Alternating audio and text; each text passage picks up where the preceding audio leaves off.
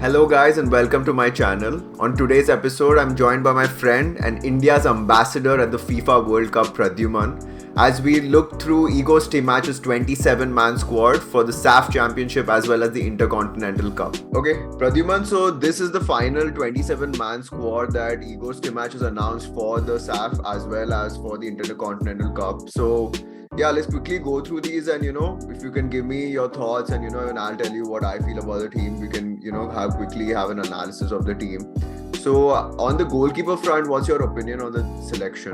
Goalkeeper front, there is a mix of experience along with some sublime form on display in the form of Lachenko, who had a terrific season with Mumbai City FC. Imagine having an unbeaten season in making sure that your team ends up winning the ISL Shield. And that kind of confidence going into this tournament. I think Lachenko deserves at least one appearance in national colours given the form that he's had. Amrinder and Gurpreet have been handling the sticks for the Indian national team for the last 4 to 5 years running. They have been extremely competitive when it comes to that position. But given this season, I think Lachenko could just spring some surprise when it comes to the goalkeeper's position. He deserves a spot for sure. I think Gurpreet, yes, first choice, but But given the choice to substitute, I think Furba should get one chance at least. Definitely, I completely agree. I felt like, during the ISL season, Amrinder didn't really have the best of seasons. So, I completely agree with you. I think, if we can see Lachenko at least get a few games, at least a few minutes, if not like starting and playing the entire game, I think, it would give him some, game time in the national team to play under the pressure of, representing India. And I think it'll be a great step forward for the Indian football team as well as the goalkeeping scene in the country. Also, Amrinder Singh also had a great Super Cup as far as his campaign with Odisha FC is concerned. So Gurpreet having an ISL final appearance and Durand Cup in his belt. Amrinder Singh coming in hot on form after the Super Cup victory. Furba Lachenko having a fantastic ISL season with Mumbai City FC, of course. So goalkeepers are looking sharp on form at the moment. Okay, now coming to the defenders, what do you think about the defenders? I think overall I'm pretty satisfied with the selection, but if there was just one player that I'm disappointed not to see, it's Ashish Rai. I think, he was spectacular during the ISL season, and I think, he deserved a place in the squad, even if he did not start all the games, but, at least traveling with the team with that experience would have been key for him. And I think, even Rahul Beke, I feel he's lucky to be, involved after his season. I think it all comes down to his experience. Like he's always, he's been like a staple figure in the national team setup, and he's even turned up with key goals in the ISL seasons in the past. And maybe it's also his versatility to play as a defender, as a centre back as well as a full back. So I think I would say he's a little lucky, but Ashish Rai should have been included in my opinion. Partly right, because given the position Ashish Rai has been playing under Juan Ferrando, as well as the kind of performance he's been showing on and off, as far as his overall presence in Indian football is concerned. If you see, he's played more of a fullback / wingback kind of appearance. Correct. And when Igor Stimac plans his formations and has been planning his starting formations as far as his defensive transitions are concerned, he's already gone in with a flat back having 4 defenders straight away. And there is no transition, whether it is 3 at the back or 5 at the back. Had that been a formation that in Igor's mind, probably we could have seen Ashish Rai in that defenders list as well. But there's an interesting observation though, because Subhasis has captained his ISL club, Preetham has captained his ISL club, Sandesh has captained once, Anwar has rose up to the scene, has captained his I-League team in the past and also acted as a leader in the youth setup. Akash Mishra has been leading the defense for Hyderabad very eloquently. Mehtab has been a very powerful workhorse for Mumbai City. And Rahul Bheke, of course, captain for Mumbai City FC, and as you rightly mentioned, showed his mettle in the AFC Champions League as well. So the character of each and every player in the defenders list shows that they are leaders up front. Exactly the kind of category we had back in 2019 when we were playing in the United Arab Emirates, where we had Sandesh and Anas Todekas replaced by Salam Ranjan Singh. So I think going into Qatar, this is a very good investment to have as far as the long-term establishment of the core in the defense is concerned. Perfect. So now, moving to midfielders, what do you think about the selection? I feel like, before the call started, you did mention you had like some strong opinions about Nikhil Pujari being included as a midfielder. So what are your thoughts about the midfield? Nikhil, if you're watching this, please don't hate me.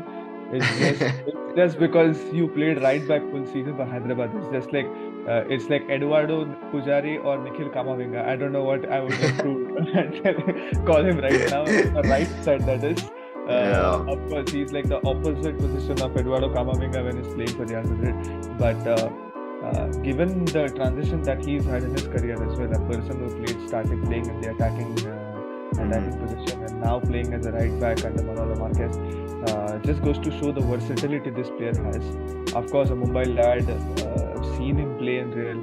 So it's going to be a good shift for a person like Nikhil, who knows how to switch defense into attack real quick.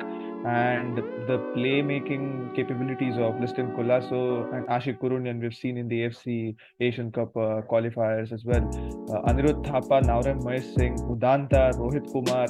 I mean, if you look at the defensive midfielders, you have some ball-playing defensive midfielders. So he's establishing a very strong defensive core, which will be rugged at the back, coupled with the ball-playing defensive midfield number 6, along with a couple of number 8s, as we see in ball-playing formations, or keeping the fluidity in the movement of keeping the ball rolling in the form of Anirudh, Naurem Mahesh Singh, Jeekson Singh for that matter, Sahal, of course, Sahal has to be in that list. Rahul Burgess, Nanda Kumar, some pretty strong names when it comes to defensive midfield, just holding the midfield when it comes to retrieving the ball. But also at the same time, I see some extremely great dribbling and pace up front as well.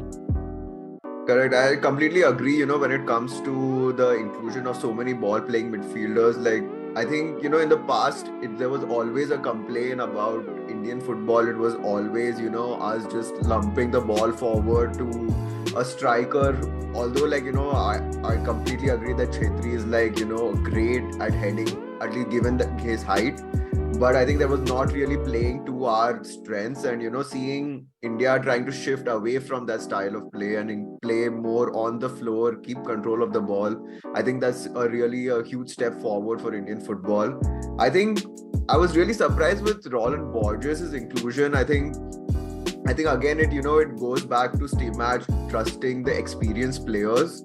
I think the only thing I'm worried about him is that his lack of pace, and with him most likely playing as the 6 in the team, if he loses the ball in transition, I don't think he has the pace to go back and cover for his errors. So I think we would have to play someone beside him who can probably cover for him, or be extremely careful with the ball, at least with him in the side. So I think apart from that, I'm really pleased with the inclusion of so many attacking players. Our wingers, we have so many options. Even in midfield, as the free eights that you mentioned, we have a lot of options. So I hope at least to see them given chances, so we can see what the level each of these players are. And let's move on to the forwards. Oh, also, I think we just got to mention there's this mention of Apuyar Alte in the squad as well. Sahal Abdul Samad, Apuyar Aling Maber Alte, along with Jeekson Singh. So you see the core from the under-17 Men's World Cup as well, which had that experience of playing in the tournament. So it's a good mix of people who've had experience playing in the major tournaments, even though we have had negative results.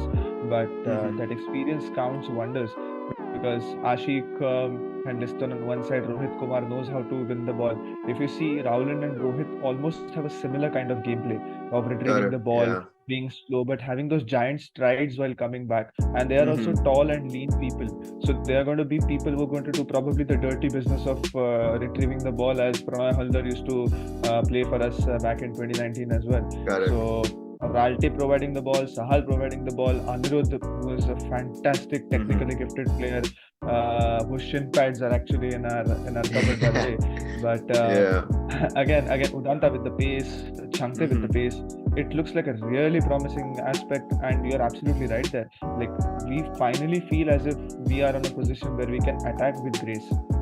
Correct. Perfect. I think now, speaking of the attack, now the men who will be tasked with putting the ball in the back of the net are forwards. I think Chetri, Rahim Ali, as well as Ishan, I am pretty satisfied with the selection. I think, especially with Chetri, I mean, it was a given that he'd be there, and Ishan Pandita, I do see a lot of potential in him. But I think if there's one player I was disappointed that he was not even included in the squad was Shiva Shakti.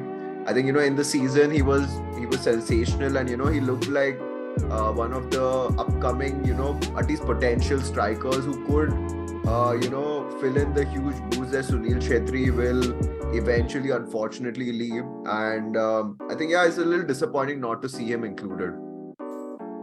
Yes, Sivasakti Das not being included in the squad, given that he had a fantastic season with Bengaluru FC right from the start of the Durand Cup, where Sivasakti just rose to the occasion, and keeping Sunil Chetri, a man like Sunil Chetri, on the bench, where, of course, captain, leader, legend, delivering to the occasion when it mattered the most for Bengaluru.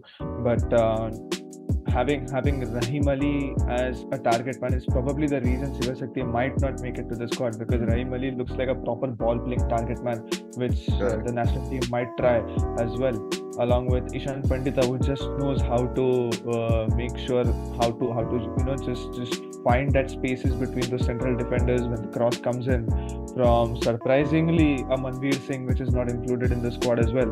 So I think with Manveer Singh, it was what I read was that he was injured. So I think I mean, you cannot include injured players, but yeah, Shiva Shakti was one person I was disappointed who was not included in the squad. Especially, exactly. So when Nikhil, especially Nikhil on the midfield or Manveer on the wing, when crossing the ball inside to either one of these target men, Shiva Shakti is more of a ball playing, a pace filled, a chasing forward, and Sunil, Rahim, Ishan, these guys are target men who also know how to play with the ball, and they have been literal foxes in the box.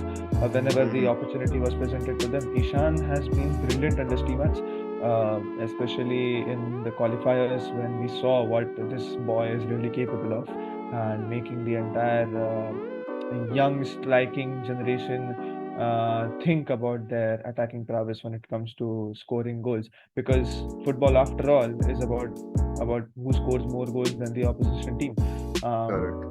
So I think a very good balance of experience, along with people who want to rise up to the occasion, along with people who can make an impact. If you're able to look at the squad as far as this tournament is concerned, the only challenge should be creating a core and maintaining that chemistry only against a team maximum against Lebanon. That is exactly the concern I have. Otherwise, if you're looking at Vanuatu and Mongolia, we should actually be able to experiment a lot with the squad. That's it for today's episode. Thank you so much for watching, and stay tuned for lots more content as India prepares for the Asia Cup early in 2024.